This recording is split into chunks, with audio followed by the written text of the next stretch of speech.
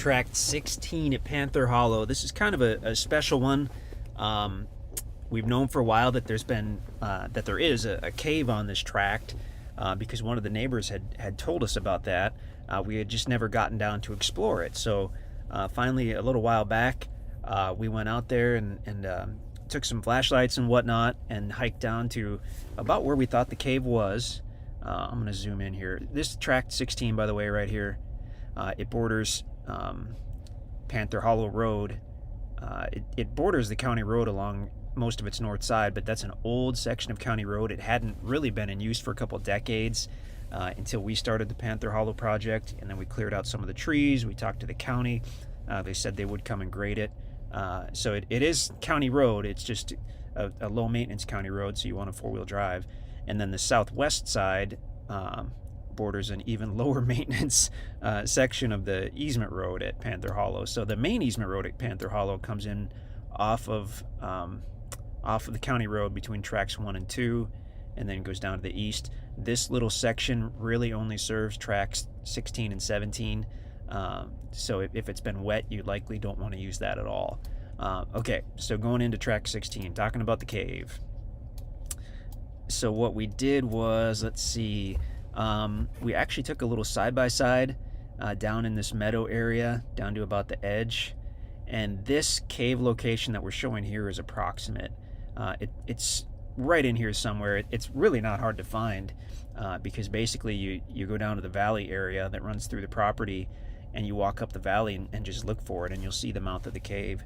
And so we walked in there, and really, I mean, exploring the cave took all of 2 minutes. We walked in, went in about 10 or 15 feet, and we fairly quickly got to a point where we would have to just crawl to go any further, like crawl, and nobody was willing to do that. So that was it for the cave exploration. So the cave, I mean, it was neat. It might open up into an enormous cave, but we didn't want to do any crawling to figure that out. But the big story of the day was there was basically some water, some kind of little spring or creek or whatever running out of the cave or right next to the cave, and it was going down the valley, and we thought we'd go ahead and kind of follow that water and walk down the valley. And as we did, we started finding just one amazing water feature after another, like each one better than the last. We'd stop and take a video. It would blow us away. We'd walk another 100 feet. We'd be like, wow, this needs a video too. So we'd take another video, and that continued several times on track 16. So I think we kind of spliced those together, and you can see those on the listing page. But the cave was cool. I mean, seldom do we get a property that has any type of cave at all. So that was really cool. But equally as cool, and maybe even cooler, was I guess you call it the water feature, the little spring or however you want to name it, going down, and then the rock waterfalls. There's a cool, like almost a rock slip and slide type. I don't know how to really describe it. You almost have to see it, but just unique stuff that was really exciting. There was a big rock overhang that we walked underneath and watched the water pour out over us. I mean, it was awesome. So those are all super cool things about the property. Downside to track 16 is there's really little, if any, level area on track 16. It basically all slopes toward that valley. So if you're looking for a property that has a cave, those really cool water features, really neat rock formations and ancient rock formations, and a stunning view, this is a nice tract. If you're looking for a place that has a large level building site, this is not the tract for you because it does not have that. As you pull onto the old county road at the northeast part of the property, you drive in, you've got this open area here that looks like it was cleared of the timber not too long ago, within the last 10 years, because you can still see the trees around the edges, and that meadow is sloped. From what we can figure out, someone cleared that out to open up the view. Like maybe they were going to build a little cabin, like a walkout style or something, toward this meadow area, because when they cleared it of that timber, it opened up this stunning view to the east. I mean, you can see it a little bit in one of the videos, but really in person it's better. But then as you continue northerly, the county road is going downwards, and it's all dropping off of the county road on that north side. It all drops off toward the valley. Here toward the south side, you've got some areas that are less sloped for sure, but still really very little, if anything, that's actually flat. Actually, let's switch to a topo map, kind of show you what we're going on here. Okay. So yeah, this is pretty accurate. You've got an area right here toward the, I guess, the southwest side. This almost makes it look like it's flat in that area. I don't know if that's accurate either. I think it probably does have a little bit of a slope. I'm trying to think here. The elevation change between two contour lines on this map is 20 feet. So this area actually, and these aren't precise, but these give you a pretty decent idea about the contour. So basically on a map like this, on a topo map, when lines are close, the property's steep. When they're further apart, it's more level. So this does indicate a more level area, and I would say that is the more level section of the property.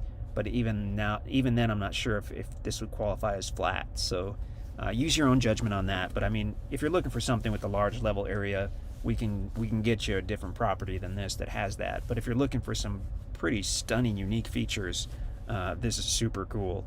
As far as actual elevation, that 1516 is an elevation point, probably right up here at the county road. That's above sea level.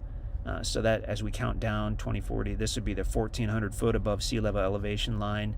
Count down 1, 2, 3, 4, 5. That's the 1,300 foot above sea level elevation line.